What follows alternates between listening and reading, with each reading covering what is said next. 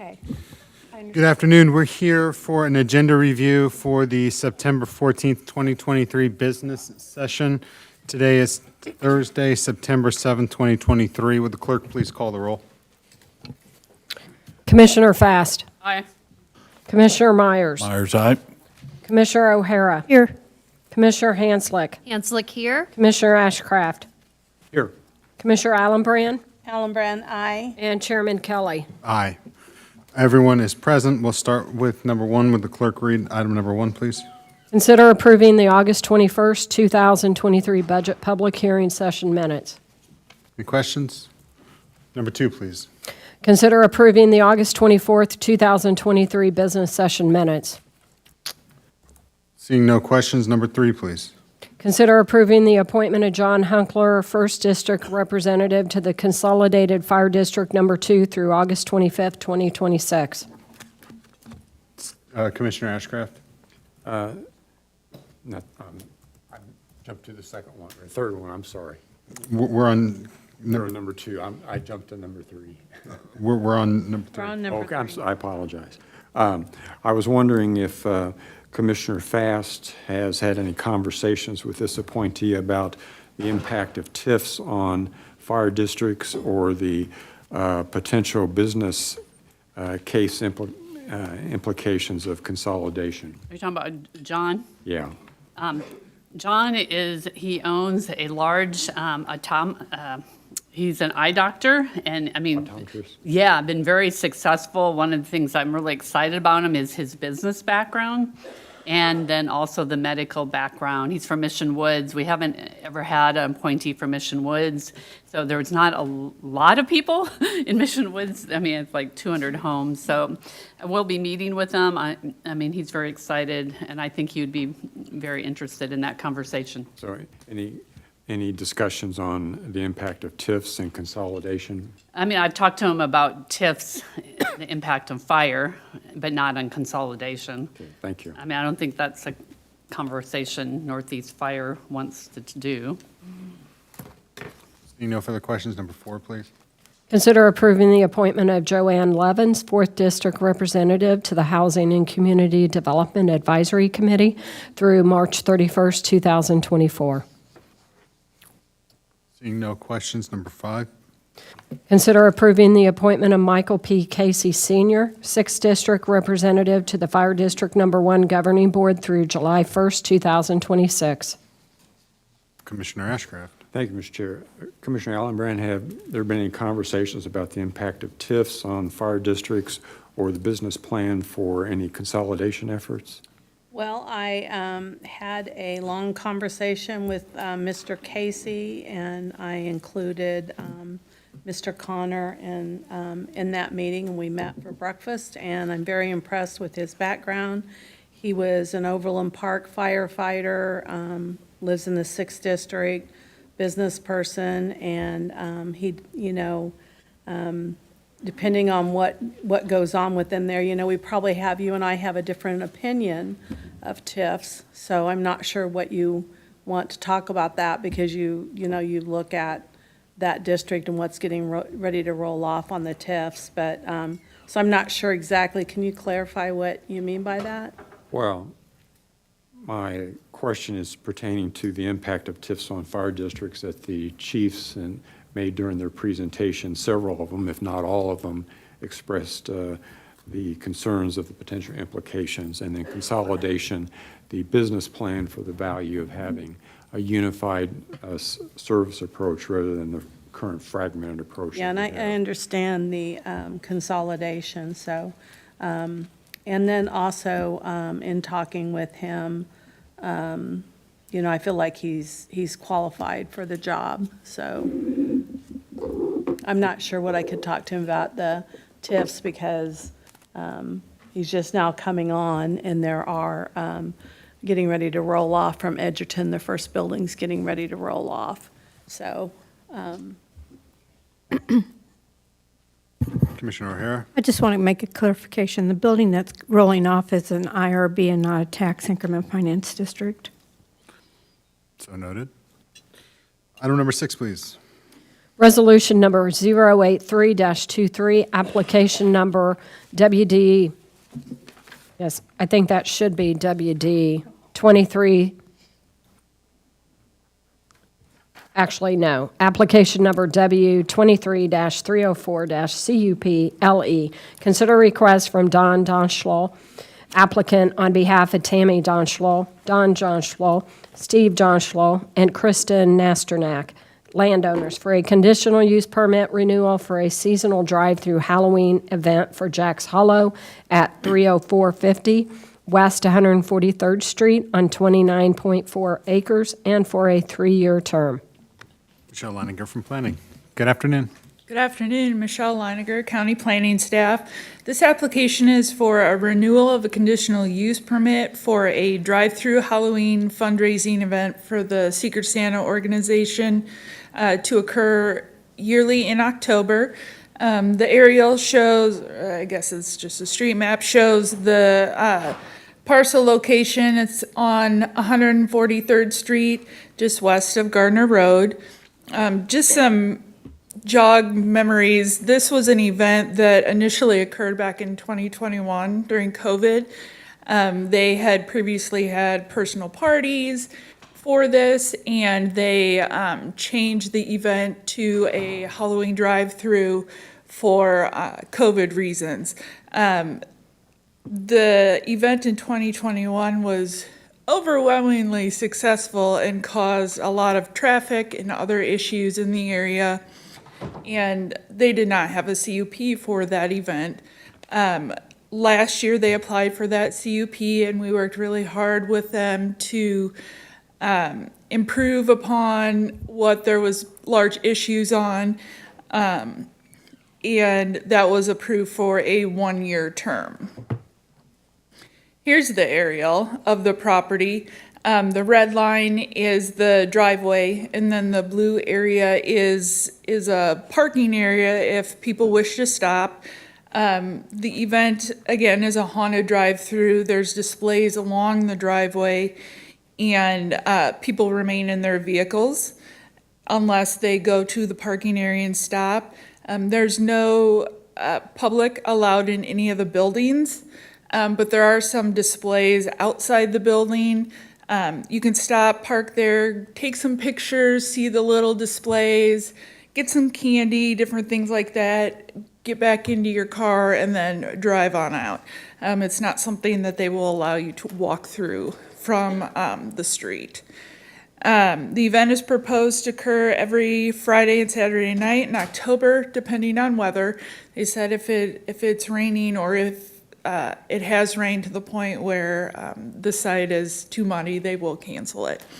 The time frame is from 6 to 10 p.m. This offers them to be very family friendly.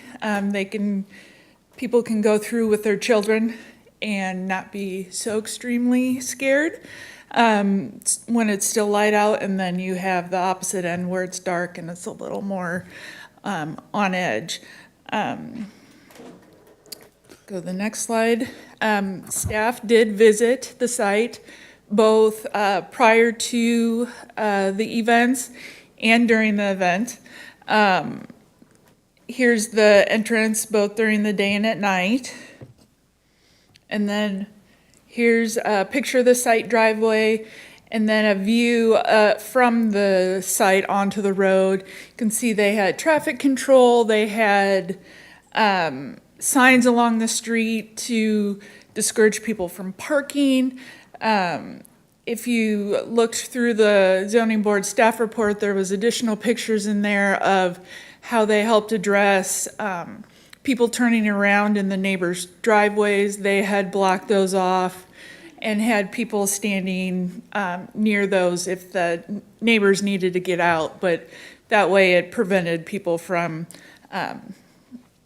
going on sites that they weren't supposed to. Again, last year the CUP was for a 1-year term to see if the proposed changes made a difference. The applicants used a website called Sign Up Genius. They were permitted no more than 30 time slots per half an hour, which is up to 240 vehicles through the site per night. Again, no buildings were utilized. Volunteers conducted traffic control, no parking signs, no walking onto the site. Trash was picked up nightly. There's also trash receptacles on the site, and along with portable toilets and hand washing stations. Planning staff received no complaints last year regarding the events. Worked closely with the sheriff's office on the event last year. They received no dispatch calls to the site or related to the area. It's also stated that they thought the event went much better this year. Excuse me. Staff did recommend to the zoning board approval of the CUP for a 5-year time frame with a limit of 304 vehicles reservations per night. That was a slight increase. They had requested a significant increase, and staff was supportive of the 304. We had a couple of people that spoke during the zoning board meeting, and we had one neighbor that provided a letter. They were both in support. They noted that the change was significant from the year before and that they had no issues. They did have a couple comments about maybe doing it for 2 years versus what the applicant had requested at 10 years.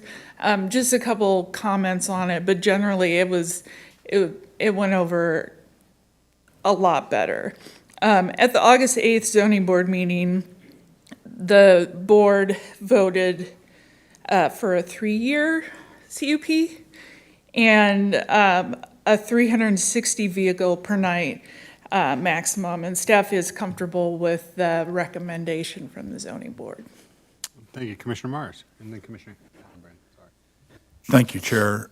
I'm seeing several changes, and I'm not really understanding why.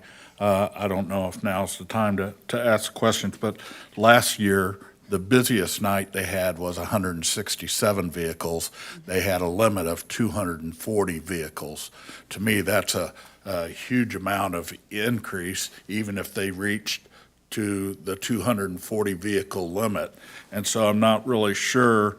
I know their request was to go up to 500 vehicles, and that seems quite putting us back into that situation of too many vehicles on a given night. And so I'm just not understanding why the increase to 360 vehicles versus that would be almost double the amount of their busiest night last year.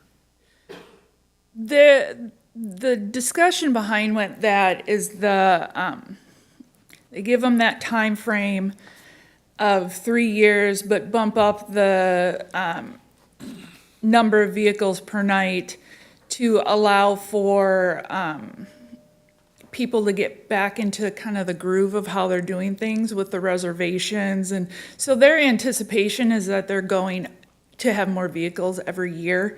So instead of having to come back every year and go through this process, it was kind of a buffer. And that 360 was what the zoning board felt was kind of the maximum.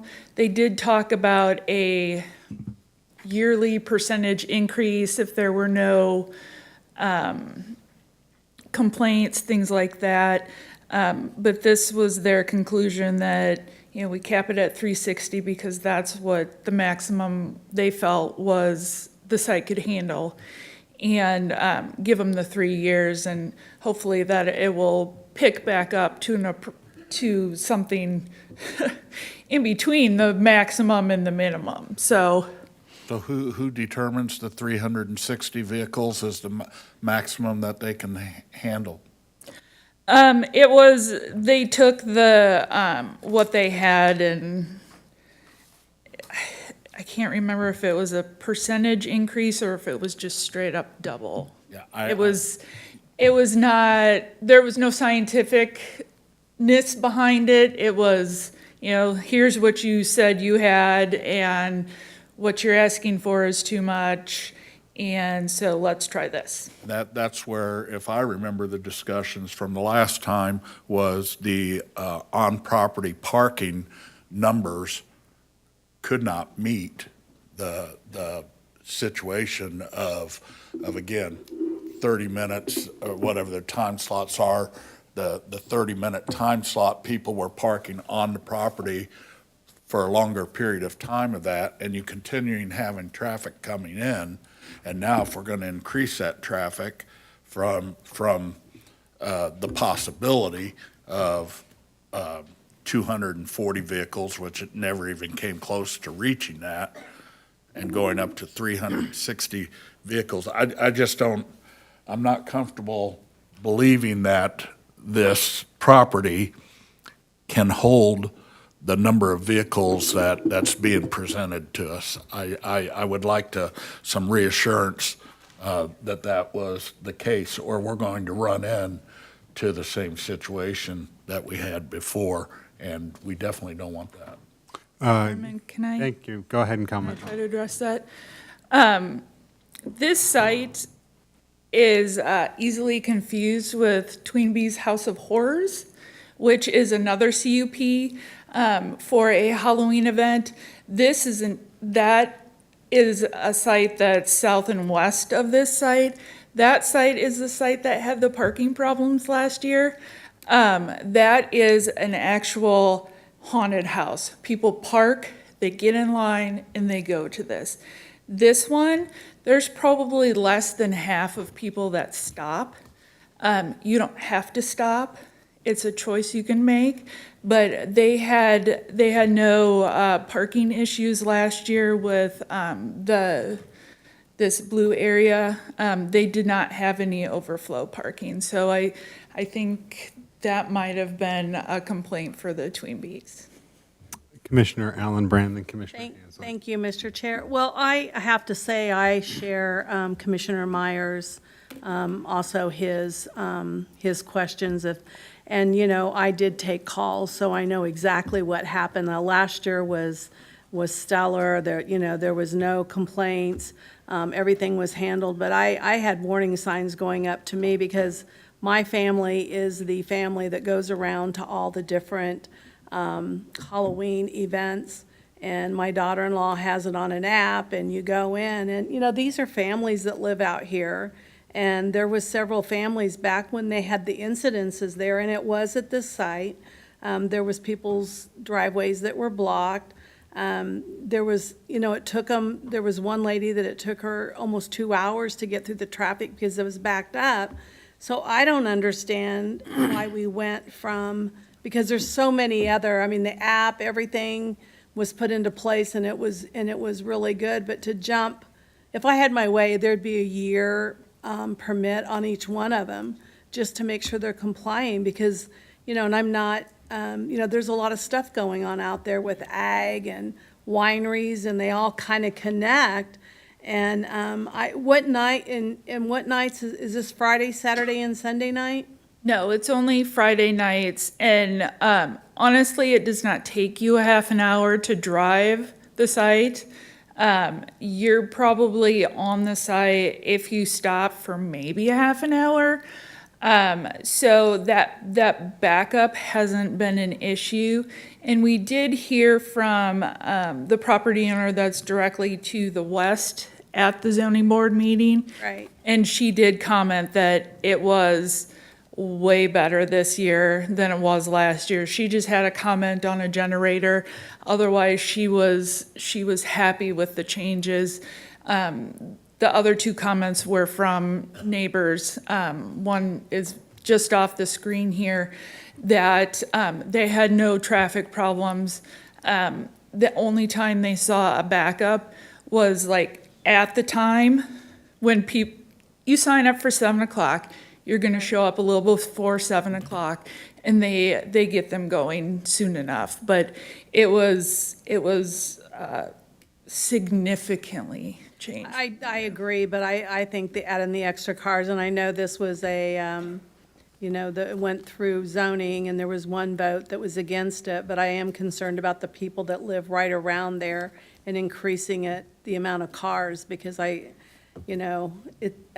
just have a hard time supporting this, but so I'm going to have to think about it more, and I will go out and see if I can meet with some of the people around there.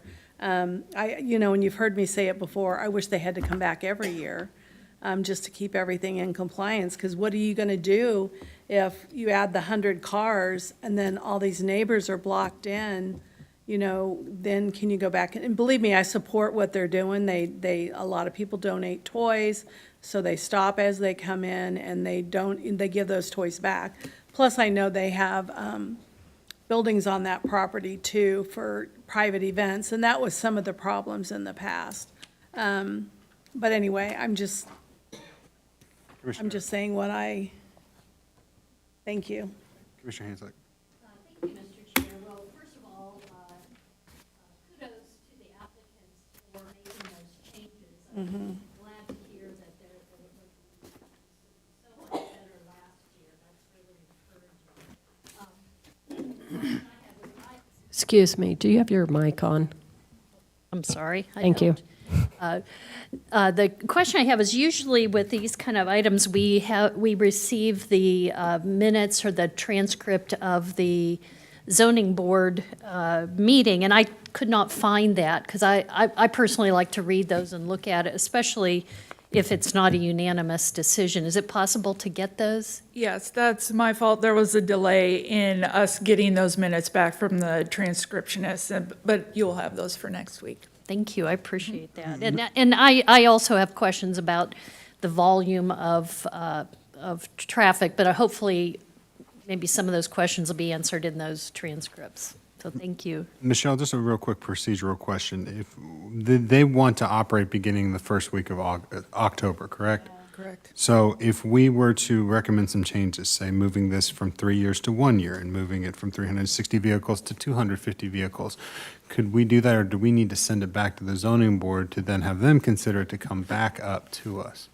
My understanding is that you would have to remand it back to the zoning board, which would be in November.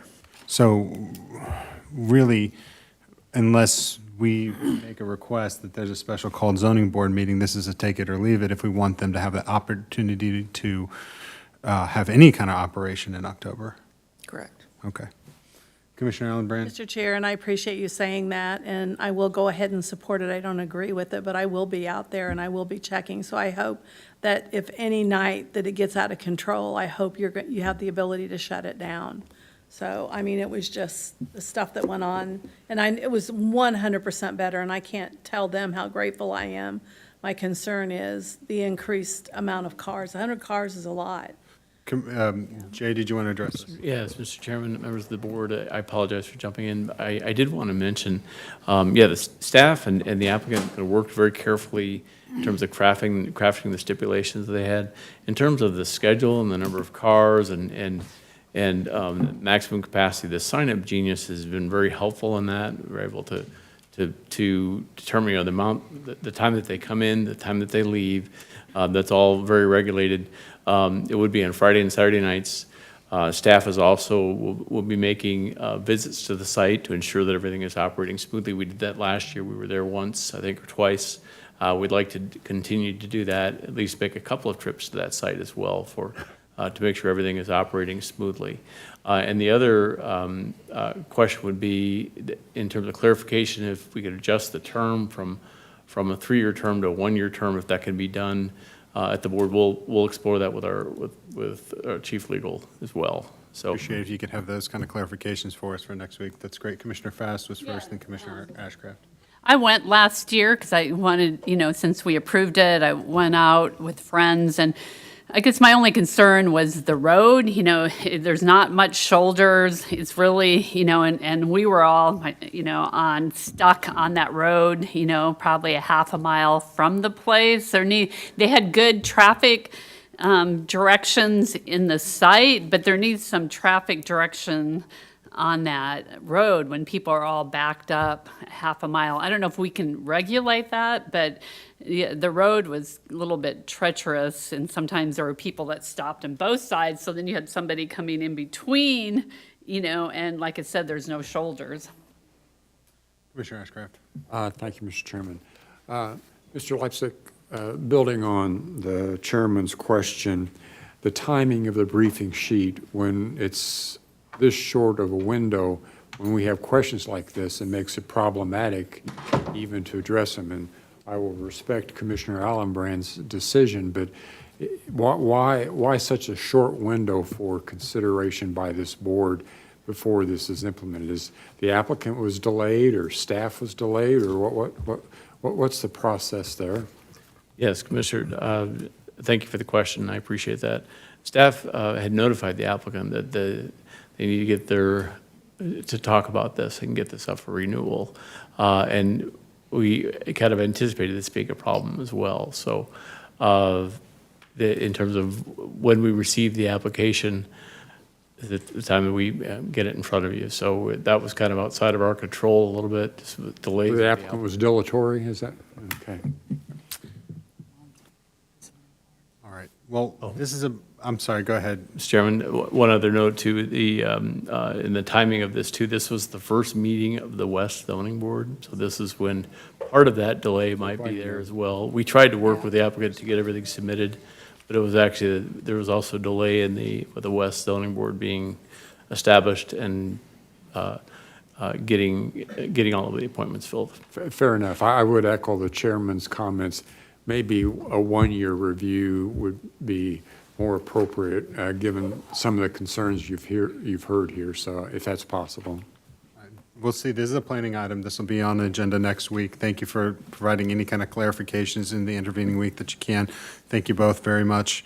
Item number 7, can it be read into the record, please? Chair, I need to note for the record that Commissioner O'Hara left the meeting at 12:54 p.m. Thank you. So noted.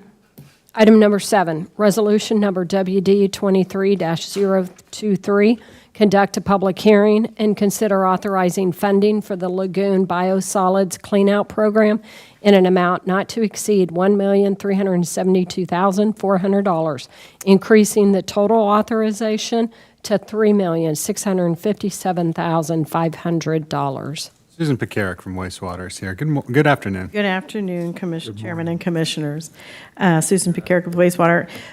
This is for our biosolids program, in particular at our Mill Creek Regional Treatment Facility.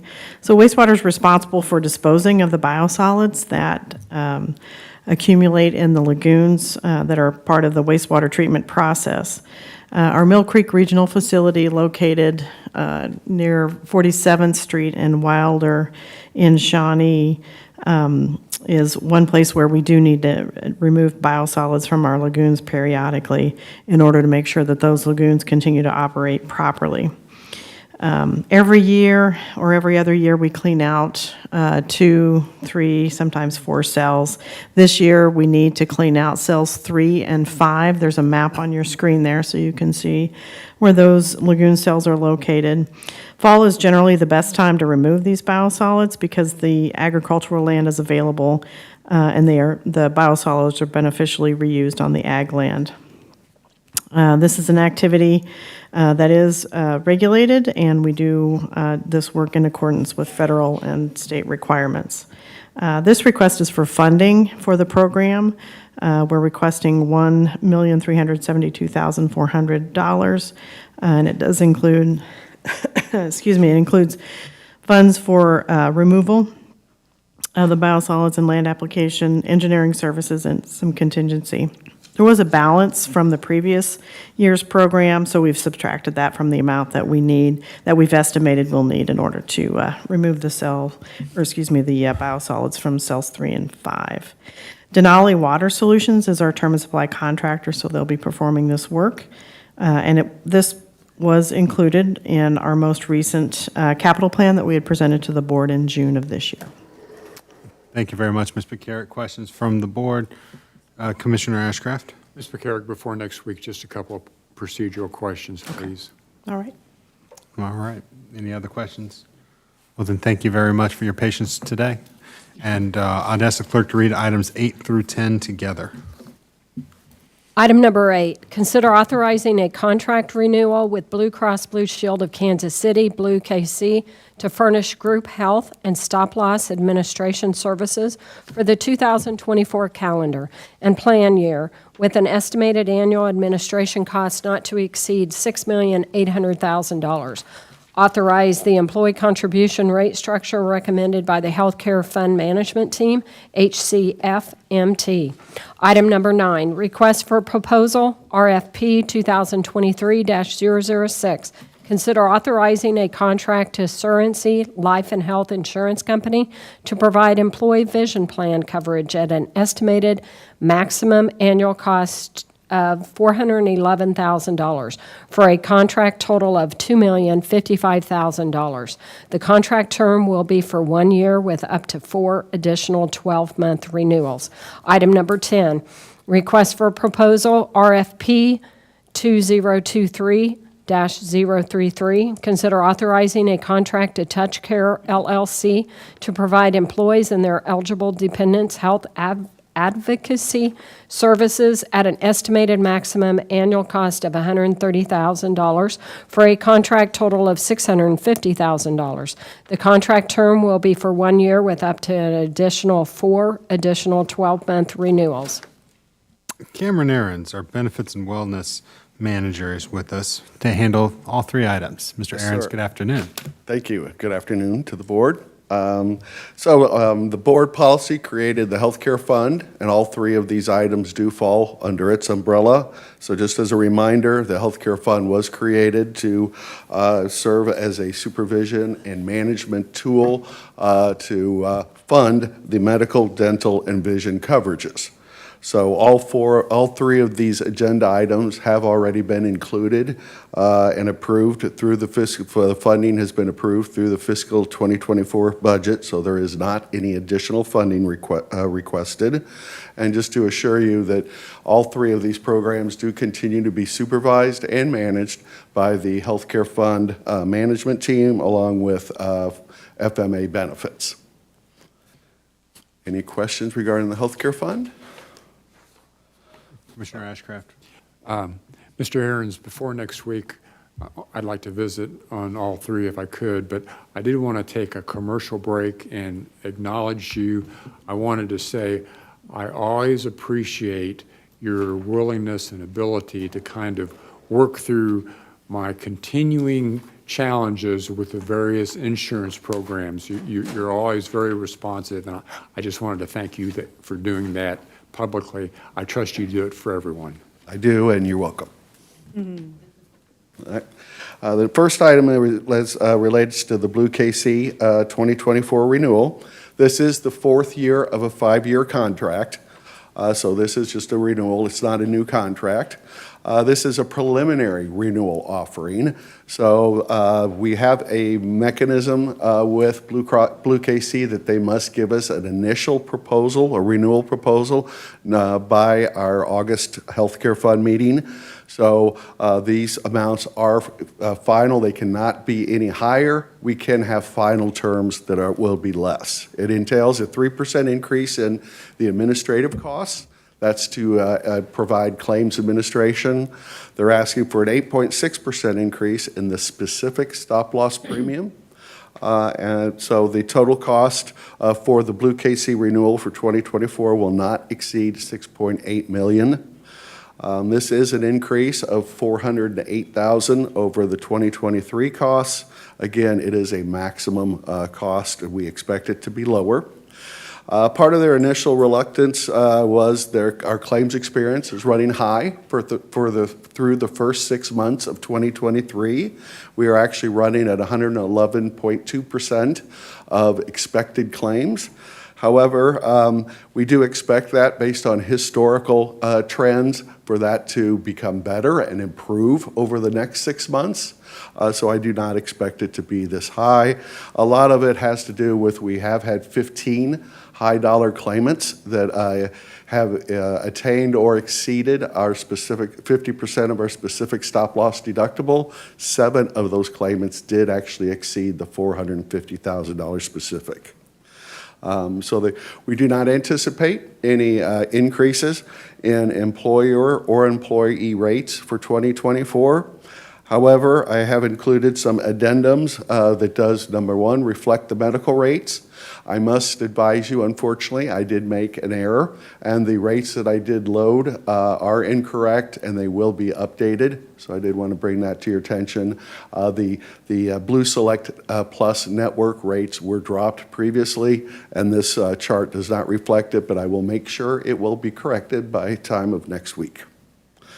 And then we also included an additional addendum that shows the increase in the employee dental and vision rates that will be related to the next item.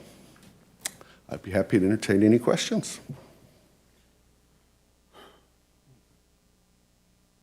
All right, seeing no questions, let's continue. Okay. This is a graphical format of the same renewal that I spoke of verbally, just to give you a visual exhibit. All right, the next item relates to the fact that our vision contract with our current provider, which is IMED, is expiring as of December 31st. As a result, purchasing did release an RFP at the request of FMA Benefits.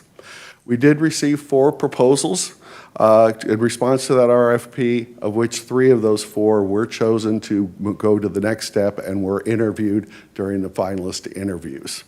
The vision industry is consolidated significantly. That's why we only had 4 respondents. Matter of fact, one of them have purchased 3 of their previous competitors, so there has been a lot of consolidation. The evaluation committee, that was composed of several different departments within the county, does recommend that we go with Surency. Was the name of the company, with an annual cost of $411,000 per year. This will slightly increase both the county's contribution rate, which again was anticipated, along with the voluntary vision rates will slightly increase. The attributes to Surency is that they are actually owned by Delta Dental of Kansas, which is a Wichita-based company. We have had a proven and reliable relationship with Delta Dental, so we anticipate we will have the same success with Surency, even though they are a new vendor. The other advantage is they use the IMED provider network, so there will be no disruption to employees, because that's the same network we've been using over the past 5 years. They did have a lower cost than IMED, so we still get their network, but at a lower cost. And then they also included 3 value-added programs at no additional cost that have enhanced benefits for county participants that either have diabetes, may be pregnant, or that utilize an IMED Plus provider. I'd be happy to entertain any questions. Questions? Commissioner Myers. Personal question, just to Sure. get an idea. So when we change these providers, for instance, for eye care, does that allow all employees, let's say they, on the old insurance, the previous insurance, this year's insurance, you were able to get eyeglasses, but I think it's a once every 2 years type situation. I think that's I'm sorry. I think that's how it was set up, a once every 2 year situation, but since it's a new provider, They will have no record of the previous. so I'll be able to get another pair of glasses. So just for at a you, discount. you'll get an extra pair. Great. Jeff's going, great. Commissioner Hansley. Yes, thank you. And I appreciate in the briefing sheet the comparisons with the various applicants who responded to the RFP. Question I have is, do we have any sense, or was there any consideration in that choice of how many providers in the area take that particular insurance? Because I think one of my concerns is, it may be, we may be going with the least expensive, but if a lot of people can't utilize it at their provider, then it's going to be not as valuable. But perhaps you could speak to that. Sure. An integral part of the RFP is a member disruption analysis. And I maybe didn't stress it well enough. We are actually duplicating Surrency, even though it's a different company, uses IMED's provider network. So we will have no disruption over the past 5 years. So it's the exact same network that we previously had. But yes, we do go through a network analysis. So every respondent, we map out a chart that every county member has availability within 5 miles or 10 miles of X amount of providers, and we rate them accordingly. Thank you. You're welcome. Continuing on, Mr. Aaron's. All right. Last but not least, we are proposing a new program that was recommended through the Healthcare Fund Management Team. This program is to assist covered members, both employees and their eligible dependents, with making medical decisions, help them select what providers to use to receive care from, to also act as a concierge in helping with any claim and coordination issues, but also to assist them with finding cost-effective, high-quality providers when they need a medical service. So currently, Blue Cross does have some services, but there's really not one entity that kind of combines all these services so that our members have a kind of a one go-to shop to assist them with obtaining medical care. As a result of the decision to obtain these type of services, purchasing did issue an RFP at the request of benefits. We did receive 5 proposals, of which 2 were finalists and were interviewed. The committee then recommended that Touch Care be selected as the finalist at an annual cost of $130,000. The attributes for Touch Care was that we do anticipate that they're a very hands-on type of provider. They provide both telephonic and digital access to their services, so it can kind of be adjusted to the the preferences of each county member. Some people like to talk to someone, some people prefer digital or media means. So they do both. It is an overlay model, meaning we are not replacing any of our current vendors or current services they provide. They will just enhance the existing services that we get from our other benefit vendors and just provide more personalized service to our members.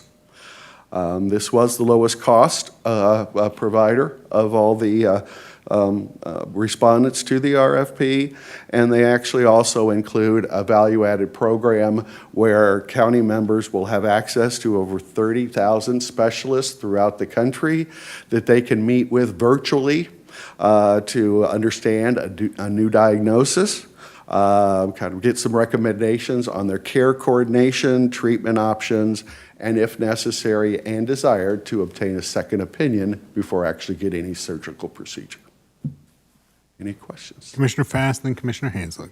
How many, I mean, I don't know if it's this group, but one of them has bugged me to help me, and when I've talked to him, it feels like a telemarketing group. I don't know, how many people actually use it? Excuse me, can you turn your mic on, please? How many people are using it? Have we had any survey? Do people find it beneficial? You know, there's no data in the briefing sheet. Is it a service employees are using, and do they value? I mean, I didn't find it real valuable. This is a new service we have not previously offered. You have something else, though, that contacted me on the prescription That might have been drugs. Tria Health. Yes, as a they've management. contacted me several times. All right. It's a very good program. I highly recommend it. And it'll actually, it'll cut your co-pays in half, too. I don't, not when I talk, but, okay, so this is so we'll still have that, and this will be on top of it? Yes, this is where actually, they will assist people if they have claim issues with Elixir and/or Blue KC, but it's really more intended as an overall umbrella for all of our benefit programs, whether it's dental, vision, medical, or pharmacy. So it's really a mechanism to assist with better education of our members, but also to provide the resources to them to assist them when they're facing these difficult decisions and not really knowing where to go. A lot of times people aren't comfortable just choosing the first provider that their primary care physician recommends, so they want to explore it further. This service will allow that, to give them the opportunity to weigh different options. And you'll get data on if people use this and if it's valuable, correct? Yes, and our finalists, both of them anticipated that we would have anywhere from 20 to 30% utilization. Okay. Commissioner Allenbrand, go Thank you, ahead. Mr. Chair, I just wanted to add real quickly, I kind of looked at it like what you brought forward with that health assessment, so it's somebody who's neutral that can kind of help you work through the system. So I know a lot of companies, but it's a different company, so I think it will be used, but I just wanted to share that. Commissioner Haslett. Thank you. First of all, I appreciate Tria Health. They've saved me a lot of money on Maybe my I need to meet with prescriptions. both of you. But as far as benefits this department. program, my question was just, do they also do referrals for mental health care? I could use. They will assist in that, yes, Okay. all medical services. Thank you. You're welcome. Mr. Aaron's, anything further? No, I have no additional. All right, we'll see you next week, and thank you for your conversations in the interim. Thank you. Will the clerk read item number 11? Invitation for bid, IFB 2023-003. Consider authorizing a contract expenditure authority increase in the amount of $137,934 with Superior Bowen Asphalt Company for the reconstruction of Taxiway F at the Johnson County Executive Airport, increasing the total project authorization by $137,934 to $858,138, and authorizing the reallocation and expenditures of airport fund reserves in FY 2023 in an amount of $6,726. Brian Johnson from the airport is here with us today. Mr. Johnson, welcome. Thank you, Chairman, and good afternoon, Commissioners and staff. Pleasure to be with you. Really, really thrilled to have the opportunity to join your team here and to support all of your efforts and really the Kansas City metro area. A really, really exciting time for all of us. And of course, I've got a bias towards the airport, so that's what I like to talk about. So this project actually came to me like day 3 or 4. It's a little bit of a blur right now, but it's all good. And you really have to give credit to the staff that's already in play, their leadership and their communication, both with the FAA as well as Burns and McDonald, as this project actually was approved earlier in the year for the fiscal year 23. And this particular contract was approved in May, as my notes indicate. But just quickly, pretty straightforward. This is not a surprise. This does happen quite often, especially with pavement that's about 30 years old. This is obviously at the Executive Airport, OJC. And in this particular case, the good news is most of the pavement did not fail. But this particular notch, if you will, the pink or red piece, did fail to the point where it does need a complete rebuild and overlay. So this change order, very reasonable. The good news as well is our outlay is fairly nominal. And a lot of that, again, is really because of our partnership and relationship with the FAA. And the value really of the bipartisan infrastructure law that we've really been able to benefit from, as well as airports around the country. So nominal outlay, of course, there's that initial outlay, which is very traditional with federal dollars and federal monies. But we really appreciate the opportunity for you to consider this project and hopefully approve it so we can move forward, get the notice to proceed out to the contractor and get this wrapped up for our tenants there at Executive Airport. Questions? Commissioner Ellenbrand. Mr. Johnson, thank you, Mr. Chair. It's a privilege to be here with you. I can't wait for all the other commissioners to get to know you. Just being with you yesterday and seeing your leadership and your knowledge of the other airports, it was hard to fill Aaron Otto's shoes. But, you're right, there is a good team there, and Really good team. I saw firsthand with your leadership skills, so welcome aboard. And I see Ms. Symes sitting here, so this is a good example of having those reserve fund balances so that, 90% of this is coming back, if I got the numbers right. So Correct. I'm appreciative that we had those reserves, that we could use that. So thank you and welcome aboard. Thank you. Thank you for your support. Commissioner Ashcraft. Thank you, Mr. Chair. Mr. Johnson, I haven't had the pleasure, other than a passing in the hallways, but before next week, if we could visit, I would appreciate it. I look forward to it. Thank you. All right, see no further questions. We'll see you next week. Roger. Thank you. Thank you. Roger. And finally, item number 12. Roger. I love it. Did that St. Louis speak? That's just there. Item number 12. Consider authorizing a fiscal year FY 2023 start date for the FY 2024 approved 1.0 FTE Senior Health Insurance Counseling for Kansas Coordinator, Capital Replacement, CRP, CIP, and Major Asset Replacement Program, MARP, CIP, and authorize the reallocation and expenditure of reserves for FY 2023 in the amount of $5,777,000 from the general fund. Robin Symes. Good afternoon, Robin Symes with Budget and Financial Planning Department. As Linda noted, these items were approved in the 2024 budget. However, we do think there's a benefit of starting these items early this year. The SHIC FTE, it will recruit and provide training for a network of volunteer counselors throughout the county who will answer questions, explain benefits, and help solve insurance problems.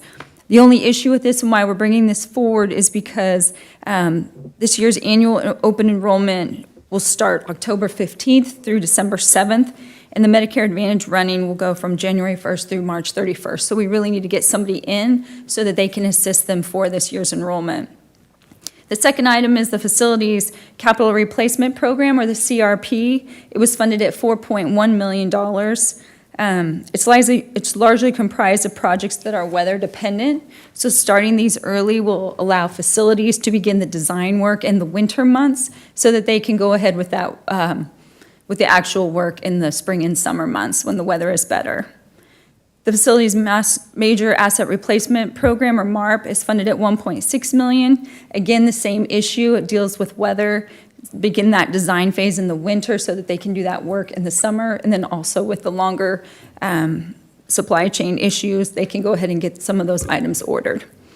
So with that, the Aging and Human Services budget is able to cover the additional costs through the end of this year, and then we would just be using reserves early in '23 instead of in '24 for the facilities items.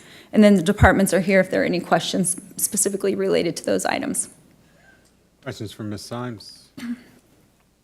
Commissioner Hanslick. Oh, thank you. Thank you. This is probably more of a question for Mr. Wolf, but given that the open enrollment is coming up in just about a month, a little more than a month, do we have some folks internally that can move into this position? Because I'm just concerned if we are going to hire somebody brand new, I don't think a month is enough time to get going on that. So can you talk a little bit about your plan for that? Yeah, so currently we have one of our staff that is filling in and working with the volunteers. When we took the SHIC program back over in July from East Central Kansas AAA, we have about 15 volunteers that have been dedicated to Johnson County that came with us. So those 15 volunteers right now are they're continuing to take appointments. Our K-State Extension Office also does SHIC, and so I've been working with them. So with my internal staff person that's kind of filling in, doing two jobs right now, but she's filling in and then working with K-State and the volunteers. I think we have a good start on it, but we're in the need of more volunteers and then really get in this position as soon as we can so we can start getting them trained during open enrollment. No, thank you. I appreciate that. Appreciate that you have that covered, and yeah, it does make sense to get somebody now that can go through this important process this fall. So thank you. Welcome. Commissioner Fast. So when I first met with you, part of it was getting the grant from Ottawa. When will we get that grant? So we have. We have gotten that, they're, Yes, when they we have. took over in July, And this- then okay. we signed a subcontract with them in the state that any funds that were provided to Ottawa's office for us are automatically directed to us now. Whoopee. I just. Very little right now, but, you know, we're hoping that. And we were talking about commissioner-led ideas. This was an idea that I met with Tim and Commissioner Hanslick. I met with Extension Services and you know, and I met with the state and so, you know, these are ideas that we as commissioners can bring forth, and now we're going to have this service. And I hope you would continue to bring them forward. And I will, you know that I will. Good. We have a mechanism by which to do that. Commissioner Hanslick. Just another question for Mr. Wolf. You mentioned the funding right now is pretty minimal, Yes. but that future funding is, if we see an increase in the usage of the program, then the state Yeah. is available to increase that funding. Is that correct? Yeah, so what happens is that the SHIC dollars that are awarded every year is based upon the number of clients that were seen for those individual counties throughout the previous year. So last year, the Ottawa office saw roughly 600 individuals with Johnson County. It's anticipated that we should be doing about 1,400 to 1,500 individuals a year. And so our money for the coming year is about $22,000 is based upon that 600 individuals. So throughout this open enrollment, if we continue to increase our numbers, then next year we're looking at more money, possibly double the money. Oh, great. Well, I appreciate that, and if there's any way I can help publicize and get the word out about the availability of this service, I am glad to do so. I'm assuming your folks have contacted the usual suspects of Yeah. senior organizations. Yeah, we're working with our group of volunteers now and scheduling sites. I've worked with K-State Extension, and we've actually scheduled sites in the northeast area. And so we're trying to look at different areas around Johnson County so that they're not just coming to one or two areas. So I think that's going to help with our numbers also. If you have a flyer, can you provide that to us? We'll get And I'll hand that out at different groups that I go to. Objections to consent on this? Yep. Good. Oh, no, yes, Oh, no, yes to put on this, yeah. All right, we'll try it there for next week. Thank you all very much. With that, we're adjourned, and from all the kingdom, we say, go Chiefs.